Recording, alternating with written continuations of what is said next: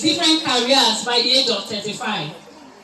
And that 65% of jobs they will hold don't even yet exist. I'm starting with this thought-provoking question or thoughts because the interesting thing about life is that when we were growing up, there was nothing like YouTuber.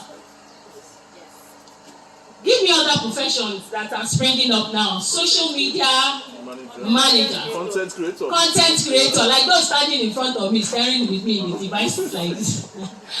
Give me other professions. Pardon? Robotic engineers. Ah, man. Thank God that me too, I sabi people. These parents, they could just throw me off balance like Influencers, oh! Yeah. Let me make us laugh. Somebody also said that next of kin is also a profession. It depends on I heard that next of kin is also a what? A profession now. So the truth is that as the world races forward, one thing hasn't changed. Children still becomes who we are, not what we say. In as much as the workplace, the job era is changing. Parenting is still strongly about who we are. As parents, children will become who we are. So if there's anything that makes me scared about parenting, it's the way I live my life. By the way, I have a 15-year-old daughter and a 12-year-old son. If you want to clap. So that some people say, who is this small woman coming to talk to us? At least we to have tried in this profession small. Have I not tried? I've tried. I know that yes, I have some mommies that their children are already in university. But my own daughter too, she's tending towards university. The late Maya Angelou said something.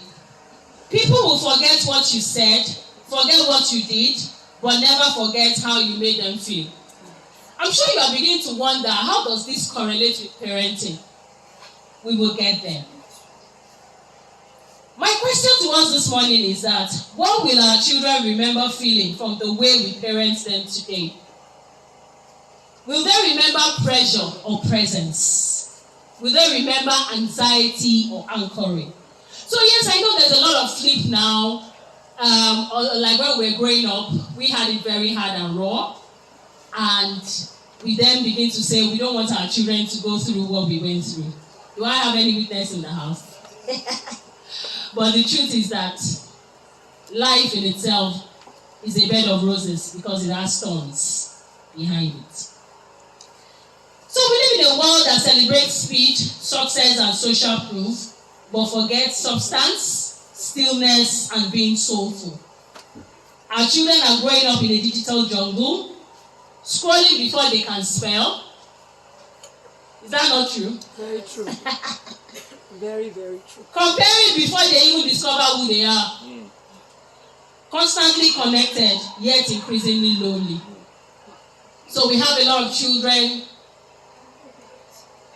Things like mental health issues, depression were not common during our days. We were all traumatized, that's the truth, but we didn't know the name. Many parents, especially in our generation, are doing everything, working very hard to provide, giving our children the best school, enrolling them in tech clubs, dance classes, coding camps, and the likes.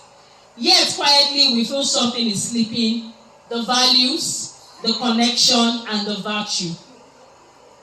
We all are raising children who can code a robot, but can't handle rejection. They can debate online, but they can't discern right from wrong offline. The challenge isn't that they are bad, it is that the world is louder in our children's life than we are. Whose voice is louder in the life of your children, yours or other influences? It's a question in retrospect. This is why this conversation matters. Learnora School isn't just about raising students. It's shaping marketplace-ready leaders, children who carry competence, capacity, charisma. Yes, but all anchored on character. If we don't parent intentionally today, we risk creating a generation that is brilliant but broken, skilled but shallow, Visible online but invisible to purpose. The world doesn't just need smart kids. We need children that are wise, grounded, value-driven adults and humans. Intentional parenting means leading on purpose, not just pressure. It means raising children who can innovate with integrity, not just platform for applause. No more lecture, but more listening. Not just giving them the world, but grounding them in the truth. So, what then can we do to become intentional parents? Number one, we just have to model what we want to see in the lives of our children. Whether we like it or not, children are learning from us silently. They do more of what we do and less of what we say. And that is why my question to us is, we need to go back to the drawing board, to the place of identity, and ask yourself, who really am I? Will I actually love to see my children or my child in the version of who I truly am, not what I tell them that I am or I profess to the outside world? One of the challenges that we even have in this our time is to stay present with ourselves. When last did we actually stay alone for about 30 minutes to have a relationship with ourselves and say, okay, me, let's sit down and talk. Me, let's have a conversation. My darling sister is laughing because this is something that we need to really put into retrospect. We need to be able to take some time to have just a personal time with me. You don't necessarily have to go to a very expensive hotel or whatever. Just ensure that you stay inside the room with closed doors, a note on your hand, probably if you're a Christian or a Muslim, with your holy book, and have a personal time with yourself. Come to a place of reenactment of your identity, what you want out of life, where you are coming from, where you are right now, and where you want to be in the near future. Number two, we need to model character through daily consistency.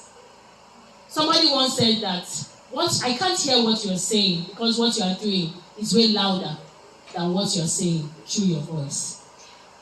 That is a call to us to be able to mentor with character and daily consistency.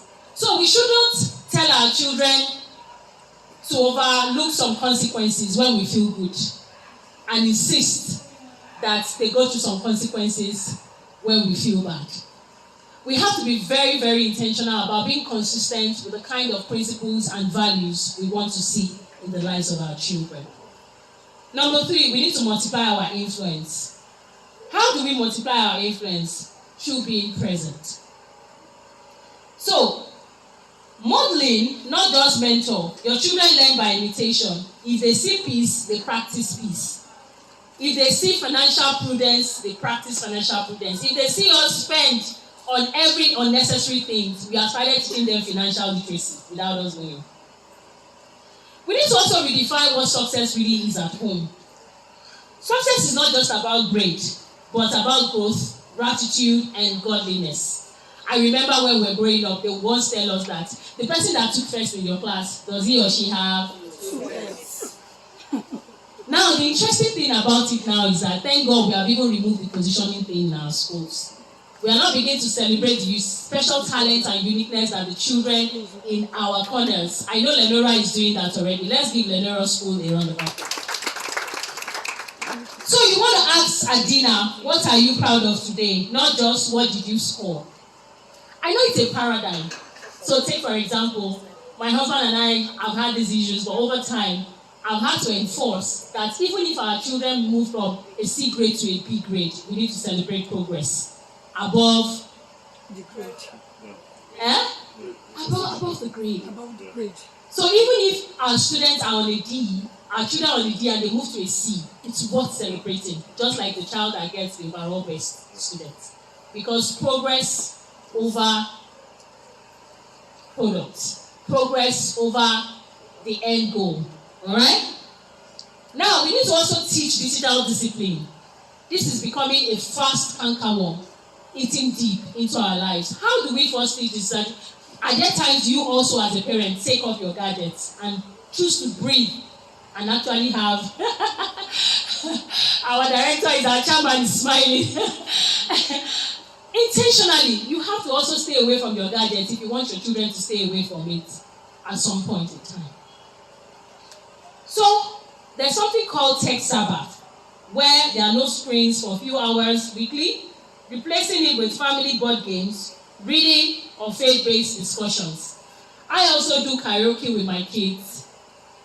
We sing along with instruments. There are times when I just say, hello children, we're just going to dance all through this evening. As looking very hierarchical I have, what I've achieved in life, whether I like it or not, my role as a mother is very critical. Like I do tell people that cares to hear, consulting starts from home, but does not end there. So let's also create a culture of conversation. Instead of saying, how was school today? What do you think our children will respond? Unfortunately, does that say anything insightful? No. Except maybe if you go further to say, how was school really today?